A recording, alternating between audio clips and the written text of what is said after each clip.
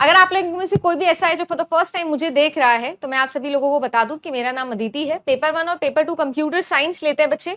और आप सब लोगों को मैं बता दूं कि 7 PM अपना सेशन चल रहा है पेपर 2 का, आज ही से स्टार्ट किया है। और रोज रात को 9 बजे मैं आप लोगों के लिए लाऊंगी और कोशिश करूंगी कि जो टॉपिक्स पढ़ के आप बोर हो गए, आपको ऐसा लग रहा है कि मैम दोबारा कैसे पढ़े, वो टॉपिक्स में कैसे इंटरेस्ट लेके आना है वो मुझ पे छोड़ दो। सो लेट्स बाउंस बैक वाली सीरीज में यही आप लोगों के लिए लेके आने वाले हैं।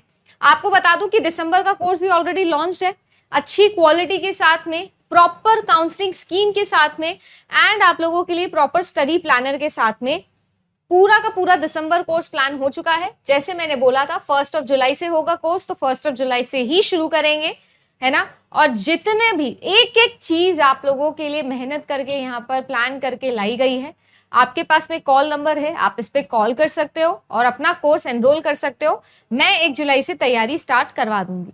इसके अलावा मैंने आप सब बच्चों के लिए एक चीज सोची है, वो ये सोचा है कि आप लोगों की प्रैक्टिस को एनहांस करने के लिए हम फ्री टेस्ट करते हैं एप्लीकेशन के ऊपर। हर मंडे को और हर थर्सडे को 2 टेस्ट में बनाऊंगी, 50-50 क्वेश्चन फॉर पेपर 1, और ये सुबह 8 बजे से आपके लिए स्टार्ट हो जाएगा। हर मंडे और थर्सडे, याद रखना 3 दिन का गैप इसलिए रख रही हूँ सो दैट अच्छे से आप लोग समझ पाओ कि मैं क्या गलती कर रहा हूँ और वो गलती दोबारा दोहरानी नहीं है।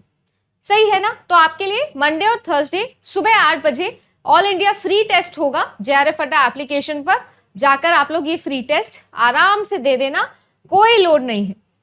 और इसके अलावा जो भी बच्चे ऐसे बोल रहे थे कि मैम हम लोग बाउंस बैक सीरीज के अंदर पढ़ाई तो कर रहे हैं, बट अगर मुझे आपकी बुक लेनी है, क्योंकि अभी तक मैं इंडिविजुअली बुक नहीं दे रही थी, सिर्फ और सिर्फ आपको कोर्स के साथ में बुक मिलती थी। पर जितने भी बच्चे हुए और ये पेपर लीक की पूरी सिचुएशन के बाद में मुझे रियलाइज हुआ कि ये जरूरत अगर आपकी है, तो मैंने अभी के लिए आपको बुक भी लिस्ट करके दे दी है।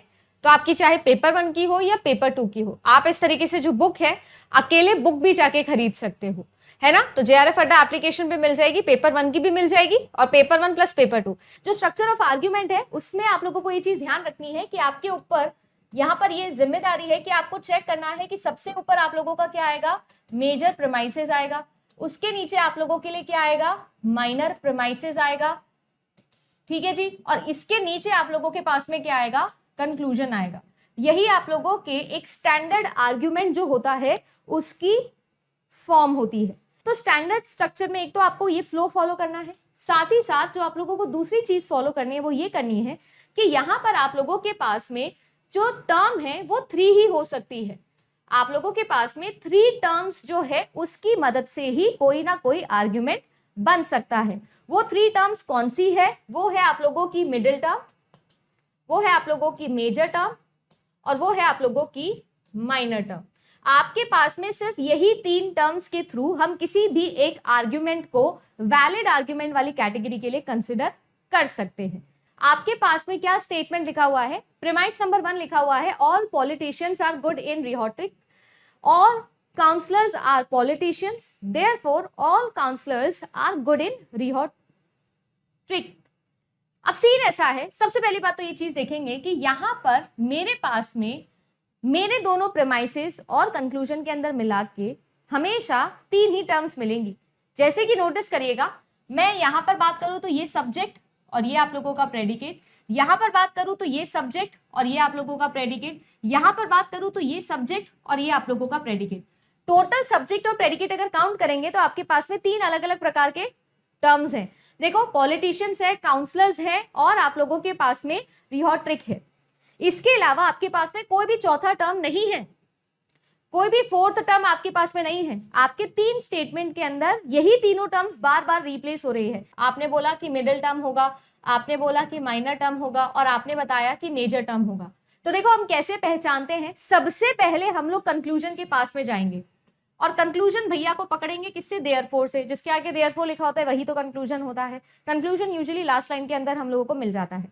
अब आप कंक्लूजन भैया के पास में जाइए और कंक्लूजन भैया के सब्जेक्ट से और प्रेडिकेट से बात करिए। कंक्लूजन भैया का जो सब्जेक्ट होता है वो आप लोगों के लिए माइनर टर्म होता है, माइनर टर्म होता है। और जो कंक्लूजन भैया का प्रेडिकेट होता है वो जो है वो आप लोगों के लिए मेजर टर्म होता है। हर बार मिडिल टर्म होता है, उसका दूसरा नाम होता है कॉमन टर्म। या फिर कैंसलेशन टर्म। देखो कैंसिल इसलिए क्योंकि आपकी मिडिल टर्म कभी भी कहां नहीं होती है, कंक्लूजन में प्रेजेंट नहीं होती है, पहली बात तो ये। और आपकी जो मिडिल टर्म है वो कॉमन होती है, और कॉमन किस में होती है, प्रीमाइसेस में होती है। ठीक है जी, तो पॉलिटिशियन इधर भी है, पॉलिटिशियन इधर भी है, तो जो आप लोगों का पॉलिटिशियन है वो आप लोगों के लिए क्या है, आपका मिडिल टर्म है। आपका मेजर टर्म जिस भी प्रीमाइस के अंदर हो वो आपका मेजर प्रीमाइस। तो आप देख सकते हैं कि जो आप लोगों का मेजर टर्म है वो प्रीमाइस नंबर 1 में है, इसीलिए ये मेजर प्रीमाइस। और जो आप लोगों का माइनर टर्म है वो आप सभी लोगों के लिए इस प्रीमाइस में है, तो ये क्या हो गया, माइनर प्रीमाइस हो गया। कि आपके पास में ये जो मैम फैलेसी का गेम है ना, इस फैलेसी के गेम में आपको ना डिस्ट्रीब्यूशन जी को भी बुलाना पड़ता है ना जी, डिस्ट्रीब्यूशन जी को भी बुलाना पड़ेगा। और डिस्ट्रीब्यूशन जी बड़ी खुशी खुशी आप लोगों के पास में यहाँ पर आने वाले हैं, क्योंकि मैं यहाँ पर आपको ट्रिक देने वाली हूं। अगर आपके पास में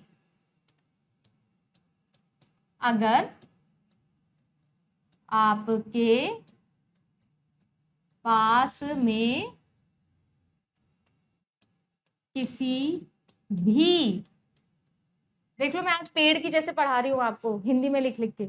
आज आपके पास में, अगर आपके पास में किसी भी टर्म के पहले यह वर्ड्स या क्वांटिफायर आए तो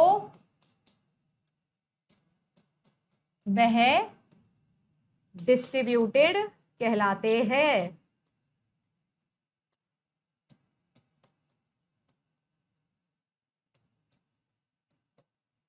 ठीक है जी, वो डिस्ट्रीब्यूटेड कहलाते हैं।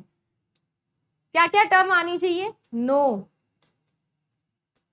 Not, none, all, each, every, does not, है ना।